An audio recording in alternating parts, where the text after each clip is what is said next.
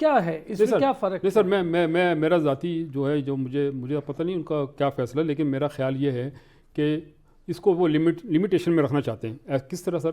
ایسے ہی رکھنا چاہتے ہیں جس طرح پنجاب کے یا صوبوں کی جو کانگریس کے ممبر تھے، اس کے لیے جو کانسٹیٹیوشن ہے ہمارا، وہ یہ کہتا ہے کہ پروونشل فٹ بال ایسوسی ایشن 3 لوگوں کے نام جو ہے نا وہ پاکستان فٹ بال فیڈریشن کو پرپوز بھیجے کرے گی. ٹھیک ہے. لیکن ہارون ملک صاحب نے اس کو تھوڑا شارٹ کر دیا. کیا کر دیا؟ انہوں نے کہا نہیں، وہ کانگریس نہیں بلکہ ایگزیکٹو کمیٹی جو ابھی الیکٹ ہوئی ہے وہ اپنی میٹنگ کرے گی اور وہ 3 لوگوں کے نام بھیج دے گی. اس کا مقصد یہ ہوا کہ اب بلوچستان ہے، بلوچستان میں 38 ڈسٹرکٹ ہے، لیکن وہاں پہ 7 الیکٹ ہوتے ہیں. 38 کو ختم کر کے اس نے 7 کو کر کے نا وہ کر دیا چلیں، وہ انہوں نے میٹنگ کر کے یہ ٹھیک ہو گیا کام. اسی طریقے سے اسی ماڈل کو رکھتے ہوئے جو پروونس کے لوگ ہیں وہ کہتے ہیں اسی ماڈل کو رکھتے ہوئے جو کانگریس کے الیکٹڈ لوگ ہیں ان میں سے آپ ایلیجیبل کر دیں. پریزیڈنٹ کوئی بھی الیکشن لڑ سکتا ہے، کوئی ایسا ایشو نہیں ہے. اگر اس کو مزید بڑھانا چاہتے ہیں تو دوسرا بھی اس کا حل ہے، کیونکہ وہ کہتے ہیں اس کو تھوڑا بڑھانا چاہتے ہیں نا، جو ہارون ملک کا ہے اس کو بڑھانا چاہتے ہیں. تو میری تجویز ہے، میری تجویز یہ ہے کہ آپ اس کو مزید بڑھا سکتے ہیں. کس طرح کہ جو لوگ صوبے سے الیکٹ ہو کے آئے ہیں، جو لوگ صوبے سے الیکٹ ہوئے ہیں، مثلا 7 یا 8 ہیں ایک صوبے میں، کیونکہ وائس پریزیڈنٹ ہے، ٹریزرر ہے، یہ ملاتے تو وہ سارے ایلیجیبل ہو جائیں، کوئی بھی مسئلہ نہیں. اس میں بھی 38 اس طرح کا محدود کر دیا جائے تو وہ جو نا وہ اس سے کوئی اس کانسٹیٹیوشن میں کچھ نہیں ہوگا. لیکن اس نے 38 کے علاوہ بھی چھیڑا ہے جو میں آپ سے بات کر رہا ہوں. اب سیکریٹ بیلٹ کو اس نے اڑا دیا ہے، ٹھیک ہے نا، جو وہ ہے وہ سیکریٹ بیلٹنگ ختم. ہاں بھائی، آپ نے چونکہ ایجنڈا 38 کا کہ فیفا بھی کہتی ہے کہ ایجنڈا چینج نہیں ہو سکتا، آپ 38 پہ فوکس کریں اور اس کے مطابق کریں. تو میرا نہیں خیال ہے کہ یہ معاملات کو خراب ہوں گے. اور پھر ویمن کا سب سے جو جھگڑا ہے ارسلان بھائی، دیکھیں وہ ویمن کا ہے. ویمن یہ اپائنٹ نہیں کر سکتا ہے، نومینیٹ نہیں کر سکتا، الیکشن کے تھرو آئیں گی. آپ اس کا ایک کرائٹیریا بنائیں پورے پاکستان میں، ان کا بھی کسی کو نہیں پورے پاکستان میں کرائٹیریا بنا دیں کہ یہ وومن جو وہ اپلائی کر سکتی ہے. وہ 7 ہوتی ہیں، 8 ہوتی ہیں، ان کو لے کے آ جائیں، ان سے الیکشن کرا لیں. یہ وہ 3 جو ہوں گے وہ اس کو الیکٹ کر لیں گے. وہ پھر بہت شکریہ شافت بھائی، بڑی ڈیٹیل بات ہوئی ہے. امید تھوڑی دیر کے لیے ہمارے ساتھ ضرور موجود تھے، انہوں نے اپنی بھی گفتگو کی، اپنا بھی ویو دیا. تیمور قیانی صاحب بہت شکریہ، تھینک یو آپ کا. اور شرافت بخاری صاحب بہت شکریہ آپ کا. بڑی ڈیٹیل بات ہوئی ہے، ہو کیا رہا ہے، ہونے کیا جا رہا ہے اور کیوں ہو رہا ہے، اس پر بات ہوئی ہے، اور ہو کیسے رہا ہے اور کون کر رہا ہے. چلیں کل آپ سے پھر ہوتی ہے ملاقات. اپنا خیال رکھیے گا.